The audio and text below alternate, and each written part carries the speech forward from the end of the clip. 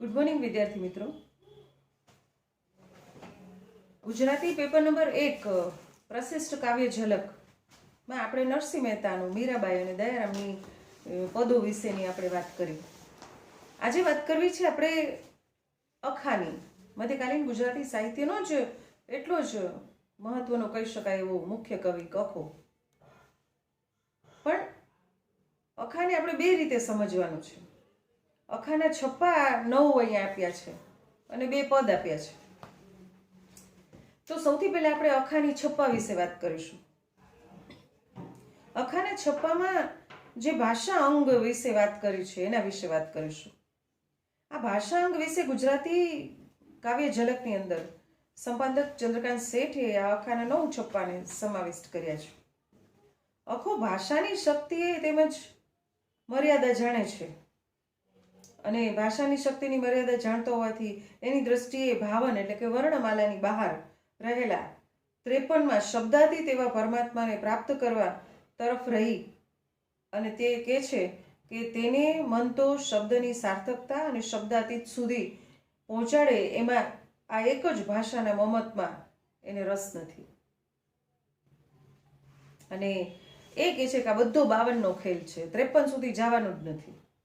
એટલે અખાના છપ્પામાં એને સદગુરુ વિશે, ઢોંગીઓ વિશે, બુદ્ધિનું પ્રદર્શન કરતા હોય એવા લોકો વિશે એવું ઘણું ઘણું આપણે સમજાવ્યું છે. પણ અખાના છપ્પામાં આ ભાષા અંગની જે 6 પંક્તિઓ આપી છે બહુ સરસ છે. એ લેખક લખે છે કે ભાષાને શું વળગે ભૂર, રણમાં જીતે તે સુર.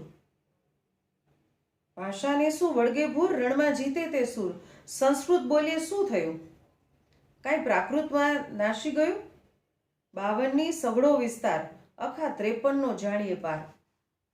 બહુ સુંદર વાત કરી છે કે આ બધો જ 52નો ખેલ છે. અખો કે છે રે ભૂર એટલે ગાંડા મૂર્ખ માણસ, અજ્ઞાની, એના માટે વપરાયેલો શબ્દ છે. તું ભાષાને વળગે છે. ભાષા તો સાધન માત્ર છે. સાધનને વળગતા કરતા તું ભાષાને વળગ, એને અનુસરણ કર.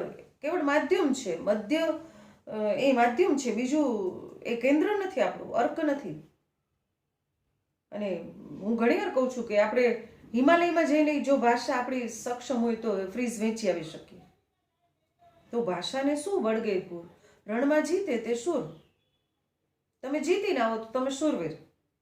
અને સંસ્કૃત પ્રાકૃત વડે ભણે, જેમ ગાસ્ટ વેશે કરી ભાર તણો, તે છોડ્યો વહાણો નાવે અર્થ. તેમ પ્રાકૃત વિના સંસ્કૃત તે વ્યર્થ. જેમ બાધા દામ વ્યાપારી લખે, પણ અખા વણજ નોહે છૂટા પેખે. એટલે કહે છે કે સંસ્કૃત બોલે શું થાય, કંઈ પ્રાકૃત નાસી ગયું છે થોડું. કોઈ સંસ્કૃત ભાષામાં બોલે તો પ્રાકૃત ભાષા દ્વારા ભણવામાં આવે છે. એટલે આપણે સંસ્કૃત વૈદિક સંસ્કૃત છે, પ્રાકૃત સંસ્કૃત છે. પ્રાકૃત ન હોત તો સંસ્કૃત શીખી શકત. અર્થાત પ્રાકૃત પણ મહત્વની જ ભાષા છે. જેમ કાસ્ટના ભારામાં રહેલા કાસ્ટમાં આગ છે, તેમ ભારે છોડીએ વિના કાસ્ટ ક્યાંથી પ્રગટે. તે જ પ્રમાણે પ્રાકૃત શીખ્યા વિના, પ્રાકૃતના માધ્યમ વિના સંસ્કૃત ભાષા સી રીતે સિદ્ધ થઈ શકે. માટે ભાષામાં પણ વિવેક કરવો. જેવી રીતે વ્યાપારી વણજનો બધો જ ભાવ લખે, પણ વણજ પોતે કઈ દામનો ભાવ નથી. એ બે વચ્ચેનું ઘણું અંતર છે. એ દ્વારા એ બીજું સમજાય છે. એટલે ભાષા અંગેનું તાત્પર્યાર્થમાં અખો કહે છે કે આ 6 પંક્તિઓમાં જે તાત્પર્યાર્થ છે કે સાધન દ્વારા સાધ્ય સિદ્ધ કરાય. સાધન હાથ લાગીએ જ સાધ્ય સિદ્ધ થઈ ગયું તેમ ન માનવું. જેમ વેદ આદિ ભણવાથી કાંઈ વળે નહીં, પણ વેદ આદિ દ્વારા ઈશ્વરને જાણે, અનુભવે, તેનો બેડો પાર. એમ માટે આ બધું યથાતથ વિવેકથી સમજવું અને એના દ્વારા ભવ પાર ઉતરવા માટેનું આ રાજમાર્ગ છે. તો કુડકટ અંગ વિશે અખા એક છપ્પો આપ્યો છે. જે આપણે કહીએ ને કે પ્રપંચી હોય એના વિશે, દંભી હોય એના વિશે. તિલક કરતા 53 ગયા, જપ નાકાના માલા ગયા. તીરથ ફરી ફરી થાક્યા ચરણ, તોય ન પહોંચ્યા હરિને શરણ. કથા સુણી સુણી ફોટ્યા કાન, તોય ન આવ્યું અખા બ્રહ્મ જ્ઞાન. બહુ સરસ મજાનું છે કે તિલક કરતા 53 વર્ષ વયા ગયા, માળા કરતા કરતા એના નાકા છે એ ઘસાઈ ગયા. વિવિધ તીર્થ સ્થાનોમાં ચારધામ યાત્રા, 51 શક્તિપીઠ, ઓલા 12 જ્યોતિર્લિંગ, આ બધું જ કર્યું. કેટલી કથાઓ સાંભળી. મોરારી બાપુને એક પ્રશ્ન કર્યો હતો કોઈ, બાપુ મેં તમારી 700 કથા સાંભળી છે, પણ પછી 700 કથા સાંભળી લીધા પછી 701માં શું એમ? કાંઈ જ નિષ્કર્ષ નહીં. કથા સાંભળ્યો તો એક જ વાક્યમાં તમારો ટર્નિંગ પોઈન્ટ આવવાનો તો આવી જાય. બાકી તમે 800 કથા સાંભળો તોય કાંઈ ન ફેર પડે તો ન જ પડે. એટલે કેટલું બધું કર્યું, તિલક કર્યા ને નાકા ઘસાઈ ગયા માળા ફેરવી ફેરવીને, કથા સાંભળીને કાન ફૂટી ગયા, તોય બ્રહ્મ જ્ઞાનની પ્રાપ્તિ ન થઈ તો ન જ થઈ. આ બ્રહ્મ ક્રિયાનો અર્થ શું છે કે તેનું કંઈ જ ફળ ન હોય. તે શુષ્ક ક્રિયાઓ કરવી શા માટે? જે પ્રાપ્ત કરવા માટે આવે છે પ્રાપ્ત થતું જ નથી, માત્ર જરૂર રસ્તો ખોટો છે.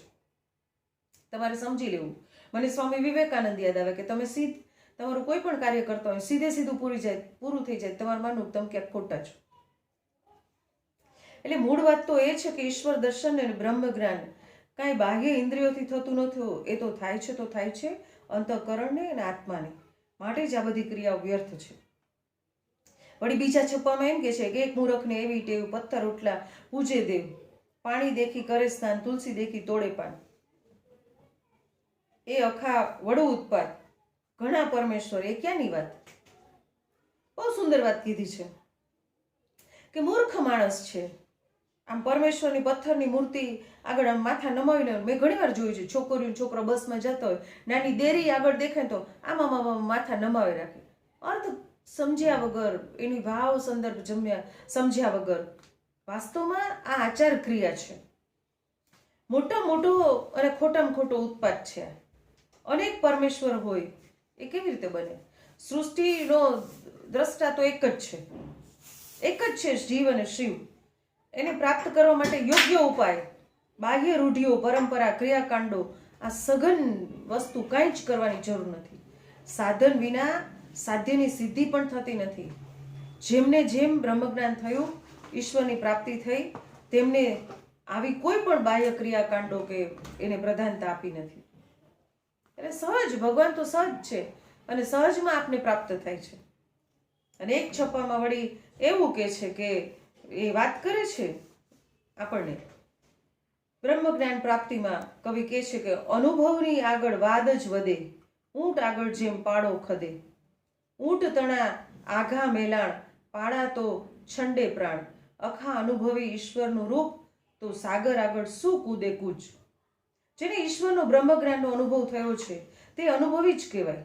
એવા અનુભવ સંપન્ન આગળ જાત જાતના વાદ વિવાદ કરનારાઓ, એનો કશો જ અર્થ નથી. કેમ કે એ તો ઊંટની આગળ પાડાએ ખદવા જેવી વાત છે.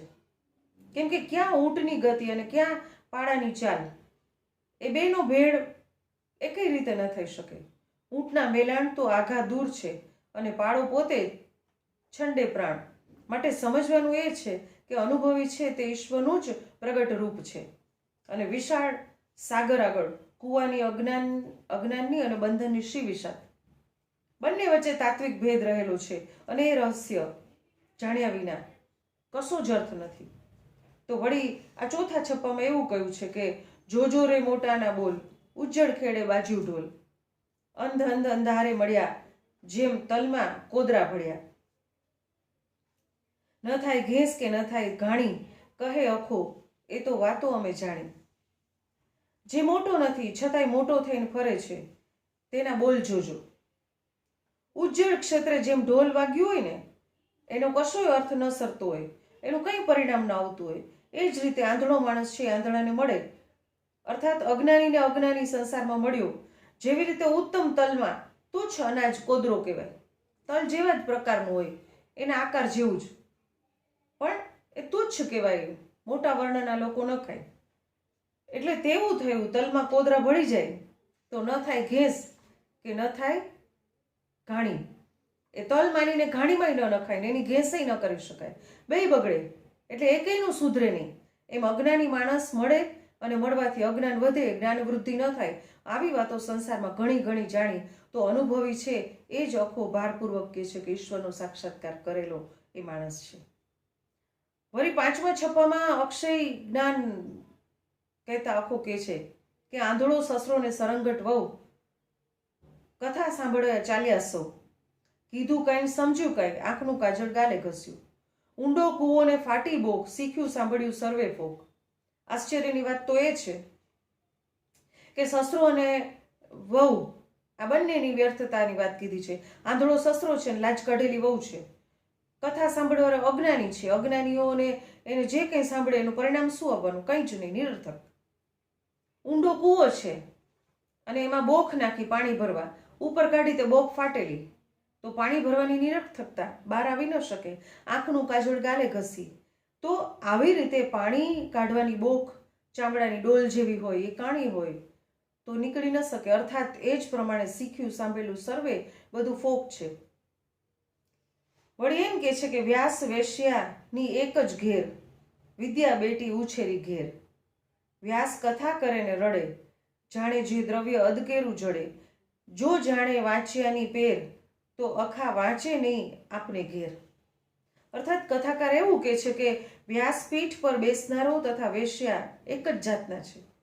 જેમ વિદ્યા બેટી ઉછેરીને ઘેર મોટી થાય, તો વિદ્યા કઈ થોડી બેટી કહેવાય, એ તો એક નામ છે. વ્યાસપીઠ પરથી કથાકાર કથા કરે ને રડે છે, જાણે ને અદકેરું કે અલૌકિક તત્વ મળ્યું ન હોય.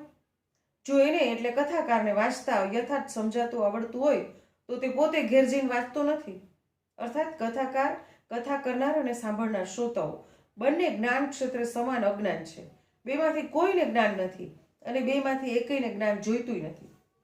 કેવળ દેખાદેખી, ઢોંગી વ્યવહાર, એથી કોઈ જ્ઞાન પ્રાપ્તિ થતી નથી. વળી એક છપ્પામાં એવું કહ્યું છે કે 7મા છપ્પામાં જ્ઞાન પ્રાપ્તિ માટેના અક્ષય કવિ અખો કહે છે કે દેહાભિમાન હતું તો પાસેર ને વિદ્યા ભણતા વધ્યું શેર. ચર્ચાવાદમાં તોલો થયો, ગુરુ થયો તો મણમાં ગયો. અખો એમ હલકાથી ભારે હોય, આત્મજ્ઞાન મૂળગુખ હોય. દેહ પ્રત્યેનું અભિમાન હતું તો એ પાશેર હતું, પણ જેવી વિદ્યા આવી એટલે 10 તોલા વધ્યું. પાશેર એટલે 10 તોલા. વિદ્યા ભણતા 40 તોલા થયું.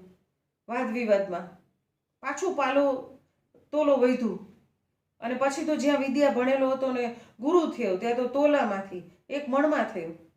અખા આ પ્રમાણે એક એકથી ચડતા ઉતરતા એમાં કેમ આત્મજ્ઞાન આપને, બ્રહ્મ તત્વ જ્ઞાન, ઈશ્વરનો અનુભવ થાય? જે કંઈ થોડું છે જ્ઞાન અથવા તો થોડી ઘણી સમજ છે એ પણ ગુમાવી બેસીએ છીએ આપણા અહમમાં. એટલે આખા સમાજમાં મોટા ભાગના માણસને આ દશા દુર્દશા ત્યાં કોને સમજાવે? એની અજ્ઞાનીની વાત કીધી છે. અને 8મા છપ્પામાં જ્યાં જોઈએ ત્યાં કૂડે કૂડ, સામા સામા બેઠા ગૂળ. કો આવી વાત સૂર્યની કરે, તે આગળ લઈ ચાંચ ધરે. અમારે 1000 વર્ષ અંધારે ગયા, તમે આવા ડાઘા બાળક ક્યાંથી થયા? અખા મોટાની તો એવી જાણ, મૂકી હીરો ઉપાડે પાણ. આ છપ્પાની 4 પંક્તિની અંદર કવિ જ્યાં જોઈએ ત્યાં સર્વત્ર કૂડ એટલે કપટે કપટ છે. એવું કે જાણે સામા સામા ઘુવડ બેઠા હોય. ઘુવડને ધોળે દીએ સૂર્યના પ્રકાશમાં દેખાતું નથી, એ સૌ કોઈ જાણે છે. એવા ઘુવડ સામસામા આંધળા અજ્ઞાનીઓ સૂર્યની અર્થાત આત્મજ્ઞાનની, બ્રહ્મ જ્ઞાનની વાત કરે છે, જેણે કાંઈ જ જોયું નથી, કે અનુભવની વાત કરે છે કે જ્ઞાનનો અનુભવ, તો કેવળ અજ્ઞાનનો અનુભવ જ છે ને. વાત એમ કહે છે કે હજારો વર્ષ અંધકારમાં ગયા અને તમે આટલા નાના બાળક થઈ અને ડાયા ક્યાંથી થયા? અમને કંઈ જ્ઞાન 1000 વર્ષમાં પણ મળ્યું નથી. તે જ્ઞાન આત્મજ્ઞાન એટલે બ્રહ્મ જ્ઞાન તમને બાળપણમાંથી ક્યાંથી ફૂટી નીકળ્યું? અર્થાત જેવા અમે છીએ તેવા તમે પણ અજ્ઞાનીને આંધળા થઈ જાઓ.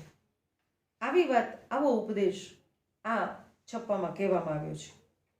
અને 9મા છપ્પામાં એ વાત કરે, અનુભવને દેખાડે આંખ, મનમાં જાણે ધનની પાંખ. માહે લુમન માયામાં કરે, વૈખરીને વાત બ્રહ્મની કરે. સૌને કહે મિથ્યા સંસાર, પોતે ચાટે વારંવાર. હેડમાં પગને પૂછે તાવ, કહે અખૂતે ક્યાંનો ભાવ. કેટલો વિરોધાભાસ છે ને કેટલી વિષમતા ને વૈષમ્ય બતાવ્યું છે. આંખ તો કેવી દેખાડે છે કે પોતે આત્મજ્ઞાની, બ્રહ્મજ્ઞાની, ઈશ્વરને અનુભવી રહ્યો છે એવો છે, પરંતુ મનમાં કેવળ ને કેવળ ધન મેળવવાની એક ધખના છે, લાલસા છે. શું બહાર બતાવું, શું અંદરતમ અનુભવ કરાવો, કેવી વિષમ અને વિરોધાભાસી વસ્તુને મૂકી છે. વળી મન તો નિરંતર માયામાં ભંભાલ છતાંય વાણીની વાત બ્રહ્મ કરે તો ક્યાં અનંત બ્રહ્મ અને ક્યાં મિથ્યા માયા, ક્યાં સનાતન સત્ય ને ક્યાં એ બ્રહ્મ ખાલી. એટલે કહેવાનો મતલબ એ છે કે આવા છપ્પાઓ દ્વારા સર્જક પોતાની અનુભવ વાણીને આપણી સામે મૂકી છે. તો અખાના 9 છપ્પાનો આ મુદ્દો આપણે પૂરો કરીએ અને અખાના 2 પદો છે એના વિશેની ચર્ચા હવે પછીના મુદ્દામાં કરીશું. ત્યાં સુધી નમસ્કાર.